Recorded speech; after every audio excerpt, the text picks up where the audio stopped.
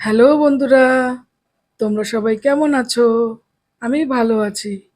আজকে আমি আবারও একটা নিয়ে এসেছি, নতুন একটা রেসিপি, আমাদের অতি পরিচিত এবং সুস্বাদু। তার নাম হলো কাঁঠাল চিংড়ি। এই কাঁঠাল হলো একটা, আমরা কাঁঠাল কেউ বলি, আবার কেউ এটাকে এঁচোড়ও বলে থাকে। আমি চৌকো করে কেটে রাখা আলু, সে কতগুলো ভেজে নেওয়া হচ্ছে। এরপরে আহ, চৌকো করে আলুগুলো লাল লাল করে ভেজে নিয়ে আমরা এক সাইড করে রেখে দেব। এই এঁচোড়ের মধ্যে কাঁচা অবস্থায় আমরা এটাকে এঁচোড় বলে থাকি, আর পাকা অবস্থায় আমরা এটাকে কাঁঠাল বলে থাকি। আমি দুটো সিটি দিয়ে নিয়েছি। কাঁঠালগুলোর এক্সট্রা পার্ট আমি ফেলে দিয়েছি, আর ফ্লেশগুলো নিয়েই দুটো সিটি দিয়ে, লবণ ছাড়াই সিটি দিয়েছিলাম, দিয়ে আমি এটাকে লাল লাল করে ভেজে নিচ্ছি। তারপরে এটা কষিয়ে রান্না করা হবে পরবর্তী স্টেজে। এর মধ্যে প্রচুর পরিমাণে ভিটামিনস আছে, মিনারেলস আছে, অ্যান্ড অ্যান্টিঅক্সিডেন্ট আছে। আমি যেহেতু চিংড়ি মাছ দিয়ে কাঁঠাল করব, তো চিংড়ি মাছও কিছুটা ভেজে নিয়েছি। এরপরে গোটা গরম মশলা এবং শুকনো লঙ্কা, তেজপাতা ফোড়ন দিয়ে তার এসেন্স যতক্ষণ না বেরোচ্ছে ততক্ষণ এটাকে নাড়াচাড়া করতে হবে।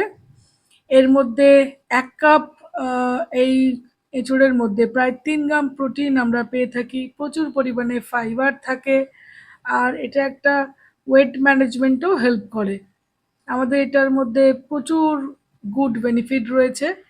এটা একটা ট্রপিক্যাল সুপারফুড বলে পরিচিত, এই আমাদের এঁচোড়। এটাকে আবার গাছপাঠাও বলা হয়ে থাকে। এই গাছপাটার মানে হলো, একটু পরে বলছি। আমি পেঁয়াজ দিয়ে দিয়েছি ফোড়নের মধ্যে।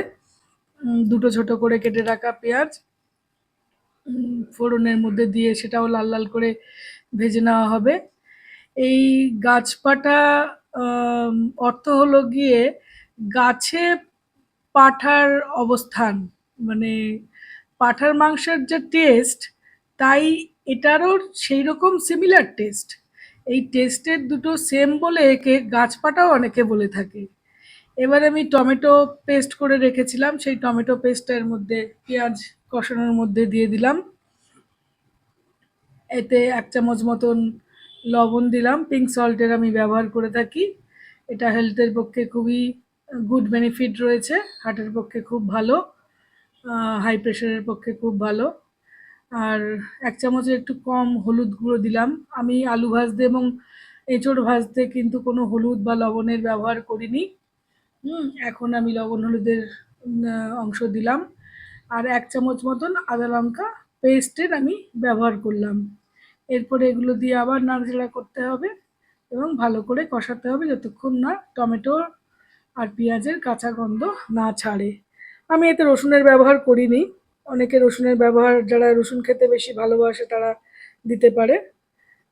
এবার আগে থেকে ভেজে রাখা কাঁঠাল, আলু আর চিংড়ি মাছগুলো এর সঙ্গে দিয়ে দিলাম। সামান্য একটু জল দিয়ে কষানো হচ্ছে। এই গাছপাট গাছপাঠা আর মাটন খেতে দুটোরই স্বাদ একরকম বলে একে গাছপাঠা বলেও আখ্যা করা হয়। আমি ২ চামচ মতন কিচিন কিং মশলা দিয়ে দিলাম।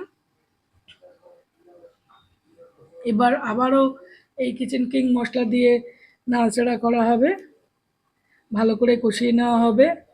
অ্যাকচুয়ালি যতক্ষণ ধরে ধীরে ধীরে একে কষানো হয়ে থাকে, ততক্ষণ এর নিউট্রিয়েন্টগুলো, এসেন্সগুলো বেরিয়ে আসে। তো বয়েলিং করলে তো নিউট্রিয়েন্টটা বেশি ভালো পাওয়া যায় বয়েলিং করে খেলে।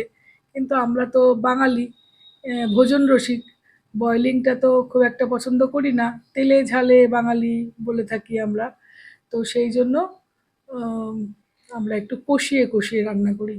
তো এই পর্যায়ে আমি পরিমিত জল দিয়ে দিলাম। যতটা সবজি আছে সেই আন্দাজে আমি জল, যাতে ভালো করে ফুটবে এবং বাকিটা সেদ্ধ হবে, সেই হিসেবে জল দিয়ে দিলাম। এরপরে আরও ভালো করে ফুটবে। এই অবস্থায় আমার মনে হয়েছে আরেকটু জল দেওয়া দরকার, তো আরেকটু জল দিয়ে দিলাম। আমি সবসময় গরম জলের ব্যবহার করে থাকি। তো এটা ভালো করে সেদ্ধ হয়ে নিক। আর একটা সূক্ষ্ম টিপস বলি, তোমরা হয়তো জেনে থাকবে, কষানোর সময় ঢাকনা দেবে, আর ফুটানোর সময় কিন্তু ঢাকনাটা দেবে না। কারণ ফুটানোর সময় যদি ঢাকনাটা দেওয়া হয় তাহলে ওর তেল ঝাল মশলাটা সব কিন্তু ঢাকনার গায়ে লেগে যেতে পারে। ওই জন্য আমি ঢাকনার ব্যবহার করি না ফোটানোর সময়। ইতিমধ্যে আমি একটু গরম মশলার ব্যবহার করেছি। আহ, এবার আমার শেষ হয়ে গেছে রান্নাটা, এবার পরিবেশন করার পালা। আমি কাঁঠাল চিংড়ি খুব ভালো খেতে, খুব সুস্বাদু। আমরা এটা ভাত দিয়ে খেয়েছি। তো বাঙালিদের প্রধান খাদ্য ভাত, এই ভাত দিয়ে এটা বেশি ভালো লাগবে। তো তোমরাও এরকমভাবে রান্না করে দেখো, আর এই ফ্লেশটা দিয়েই রান্না করে দেখো। এটার টেস্ট অত্যন্ত ভালো লাগে, সম্পূর্ণ অংশ না নিয়ে কাঁঠালের। তো এইভাবে রান্না করে তোমরা আমাকে জানিও কেমন লাগলো। Thanks for watching.